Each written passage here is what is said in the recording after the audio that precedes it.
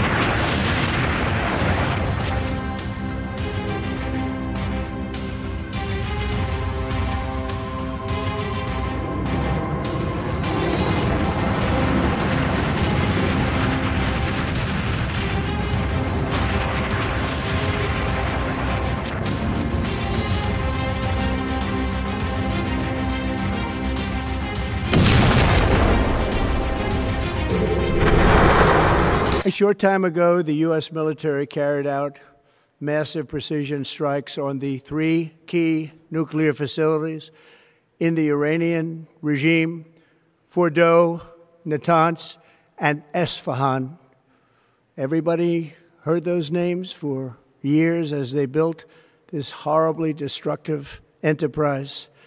Our objective was the destruction of Iran's nuclear enrichment capacity and a stop to the nuclear threat posed by the world's #1 state sponsor of terror.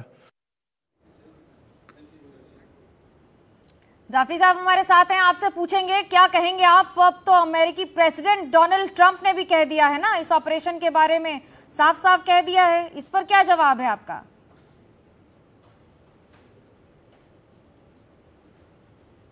Unmute कर लीजिए।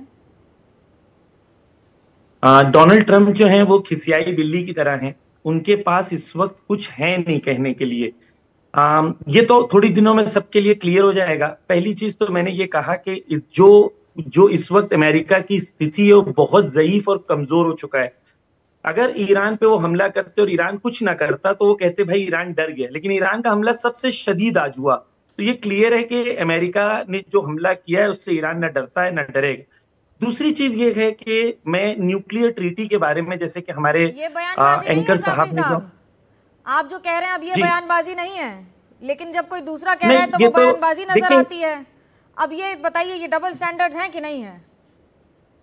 जी देखिए, ये बयानबाजी तो जब होगी जब ग्राउंड रियलिटी से इसका कोई डिफरेंस आपको नजर आता है। तस्वीरें कुछ और कह रही हैं, आप कुछ और कह रहे हैं, कैसे मान लें बताइए? कौन सी तस्वीर आप बताइए? न्यूक्लियर रिएक्टर जो आपके यहाँ पर आपने जो न्यूक्लियर सेंटर्स हैं जहाँ पर अटैक हुआ है वहां तो जमीन धंस गई है ना। मेरे सहयोगी अनंत ने या उसकी सैटेलाइट तस्वीरें दिखाई हैं। जी आपने जो सैटेलाइट तस्वीरें दिखाई हैं धुआं निकला उसमें, आपने ये देखा। हाइफा में जो धुआं निकला आपने वो भी देखा। कहाँ का धुआं? दोनों सामने स्क्रीन पे रखें, देखिए कहाँ धुआं ज्यादा निकल रहा है। चलिए तो आपके लिए मेरा एक मौजूद सवाल जो मैंने आहूजा जी से भी किया था ट्रंप साहब को लेकर, मैं यही सवाल ईरान के संदर्भ में पूछना चाहता हूं। क्या ईरान मौजूदा हालात में खामनेई जी के नेतृत्व में एकजुट है? क्या उनको सबका समर्थन प्राप्त है? इसके बारे में जरा बताइए। बहुत अच्छा सवाल है आपका। मैं आपको ये कहना चाहता हूं, देखिए ईरान में फ्राइडे को इन्होंने हमला किया, 2 फ्राइडे हो चुके हैं। दोनों फ्राइडे को ईरान में रैलीज निकली जिसमें लाखों लोग रास्ते पे आए, और लाखों लोग रास्ते पे आने के बाद उन्होंने अपना समर्थन बताया कि हम ईरान के साथ हैं, इजराइल के मुखालिफत में हैं। ऐसी कोई रैली नेतन्याहू के फेवर में जब से जंग शुरू हुई है नजर नहीं आई, बल्कि नेतन्याहू के मुखालिफत में जुलूस इजराइल में निकले हैं। दूसरी चीज ये है कि ईरान में कुछ लोग हैं जो लोग फिल्म स्टार्स हैं या अलग अलग स्पोर्ट्स स्टार्स हैं। तकरीबन तमाम जो ईरान के अलग अलग सेक्शंस हैं उन लोगों ने क्लियरली कहा है कि हमारे डिफरेंस ऑफ ओपिनियंस हो सकते हैं, लेकिन वतन के मामले में और मुल्क के बारे में और अपनी नेशनल मोहब्बत इस पे आपने तस्वीर साफ की। आता हूं जाफरी साहब, आता हूं क्योंकि मुझे आपको बार बार बीच में इसलिए रुकना पड़ रहा है, समय है कम और हम चाहते हैं कि ज्यादा से ज्यादा सवाल हर पहलू पर हो जाए। अब मैं आनंद जी का यहां पर रुख करूंगा, क्योंकि जिस समय आप बात कर रहे थे ट्रंप साहब के बयान को लेकर, आहूजा जी उस समय मुस्कुरा रहे थे, एज इफ कि आप जो कह रहे हैं कि नुकसान नहीं हुआ उसको वो खारिज कर रहे हो। आता हूं आहूजा जी, लेकिन इस बीच एक ब्रेकिंग न्यूज आ रही है, वो पहले बता दें।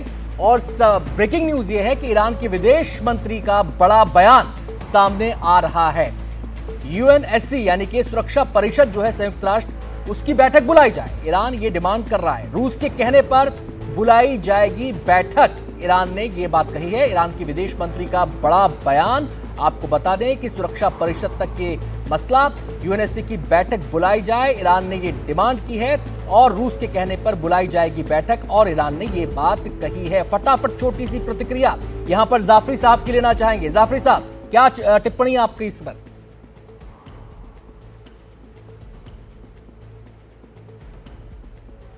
जाफरी साहब, आपको मेरी आवाज मिल रही है? चलिए, आवाज नहीं मिल रही है और हम जी, आवाज आ रही है। जी जी, एक ईरान कह रहा है कि सुरक्षा परिषद की बैठक बुलाई जाए, रूस की पहल पर बैठक हो सकती है। इस पर आपकी टिप्पणी, छोटी सी टिप्पणी सर, क्योंकि समय कम है। मुश्किल नहीं है, देखिए जो इजराइल ने किया और अमेरिका ने किया, हर चीज इलीगल है। एनपीटी साइन किया है ईरान ने, और एनपीटी क्योंकि साइन किया है और आईएईए के खुद चीफ ने कहा है कि ईरान कोई न्यूक्लियर बॉम्ब नहीं बना रहा था। परसों इकोनॉमिक टाइम्स में भी ये छपा है। और तो ये क्लियर है कि जो अमेरिका ने किया है वो तमाम इंटरनेशनल लॉज को उल्लंघन किया है, और उसकी वजह से इंटरनेशनल लॉ और जितने भी यूएनएससी के मेंबर्स हैं उन लोगों के लिए जरूरी है कि एक्शन लिया जाए।